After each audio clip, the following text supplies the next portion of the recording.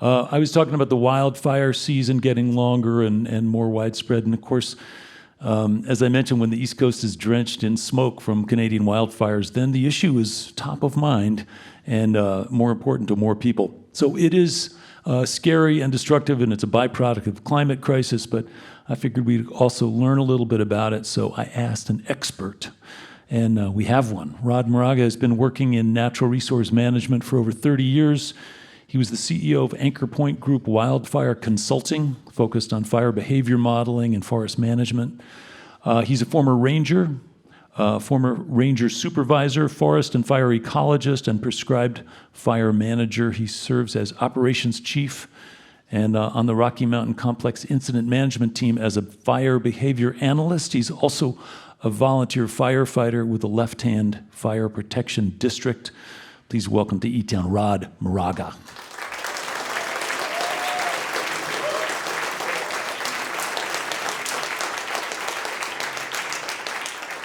Welcome, Rod. Thanks for joining us. You got a degree in forestry from Rutgers, is that right? Correct. Clearly not motivated by money. No, when I told my parents what I wanted to do, they were baffled. Yeah. But you've been consistent. You've been at it. You stuck with it. The story is that I got a degree in forestry, but between my junior and senior year, I did an internship out here on the White River, outside of Vail, Eagle. And without me knowing, when you sign up to be a forest technician, it actually means you're going to be a firefighter. So I actually got into firefighting without wanting to. Wow. And that changed my path because, as it was, the 88 Yellowstone fires were happening that summer. And so we talked a lot about letting things burn, and that changed my career path completely into fire ecology and fire modeling and fire behavior. Yeah. And I imagine the fundamentals are pretty much the same. We've got, dry forests, and lightning strikes have been happening for millions of years. But a couple of things I can think of have changed. What in your mind are the big drivers that have changed things lately? Well, one, there's houses in the way now. Right. So obviously the development into the forests and around the forests, and not just forests, obviously all vegetation types. Most ecosystems in the world are fire dependent. They just have different cycles. Meaning it's better for them when there's burning from time to time. Absolutely. Yeah. They need fire in order to invigorate and grow and stay as healthy ecosystems. Huh. That's interesting. And I guess the other thing that's changed is? Well, the climate has definitely changed the way our seasons go as far as fire seasons. They've extended our seasons, areas of drought, and it's sort of no matter what happens, because right now we've got a lot of rain here locally. That means more vegetation, but all that vegetation goes dormant, and then we have a fall fire season. So. Yeah. Now, speaking of houses in fire-prone areas, you lost your house to a wildfire. I did. Yeah, I lost my house in the 4 Mile Fire in 2010. Yeah. And so you're a guy who knows all about it. So are there things looking back that you woulda, shoulda, coulda changed, or not had the firewood stacked up against the house or stuff like that? The word irony comes to mind. Yeah. Yes, I was an expert in these things, and yet my home did burn, and that speaks to the change. I did all of your typical defensible space things that need to be done, but if I can explain a little bit, is that defensible space, for those of you who don't know what it is, but the idea is to mitigate or reduce some of the vegetation around your property in order to reduce the intensity of the fire. Not put it out, not stop it, but reduce the intensity, which gives the opportunity for firefighters to make a stand at your house. Well, that was a great model in the old days when it was 1 or maybe 5 houses being threatened. But the issue we have now is that the way these fires are burning now so intensely, we'll have 1,000 homes threatened at once. Yeah. So defensible space isn't enough if no one is there to put the fire out. So. Yeah. No, it does seem daunting, and it seems like it's increasing in sort of dangerous and unprecedented ways.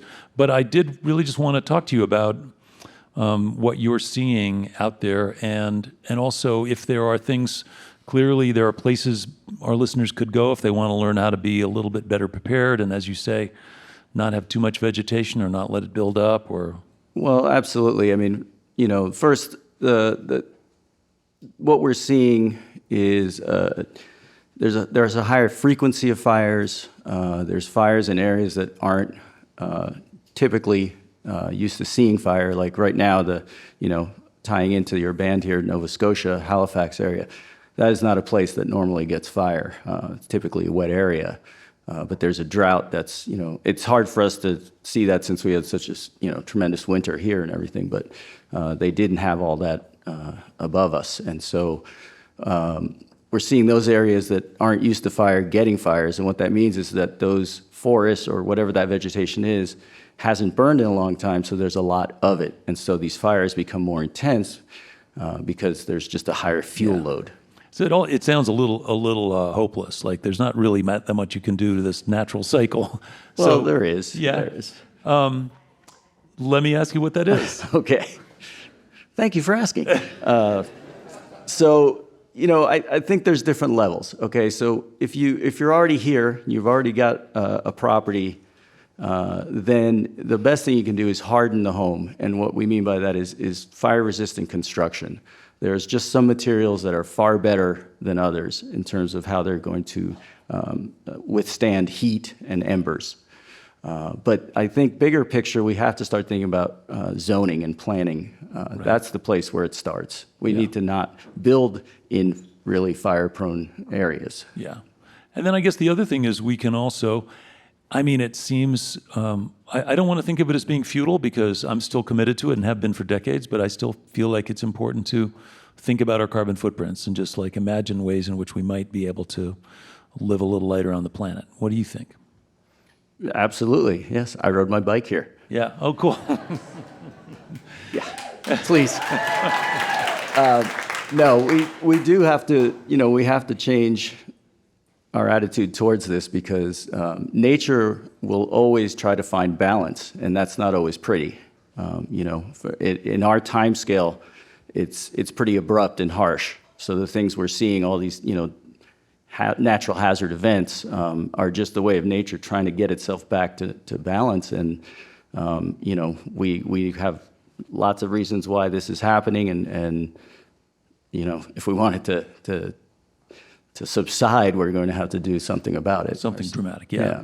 Well, listen, I appreciate your, sharing your information and your expertise, but almost more than that, I really appreciate the fact that you've dedicated your career to understanding not only how these fires evolve and develop, but how municipalities, governments can use tools at their disposal, including, zoning and building codes, to try to be infuse a little more common sense into these interface areas between urban and rural interface where these fires are really devastating.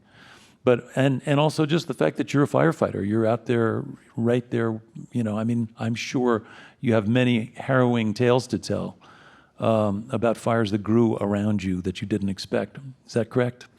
There's been a few instances, yes. Yeah, there's been a few close calls, but yeah. Well, listen, we all benefit from guys like you out there willing to fight these fires. So I thank you for that as well. You're welcome. Rod Moraga, thanks so much for being here. Thanks.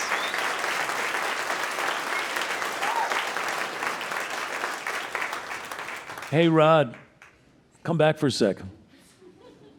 I forgot to ask if anybody's listening and they want to see for themselves ways that they can be smarter about this kind of stuff. Is there a website, any place they can go, or are there resources that are easily available to? Yes, there's dozens, but firewise.org would be a good national website that has a lot of good information. Locally, either the State Forest Service or the Division of Fire Prevention and Control. In each state has one? Pretty much, yeah. Everyone has a State Forest Service. Firewise.org was the first one? Yes. Great. Thanks so much. Thanks so much, Rod. Thank you.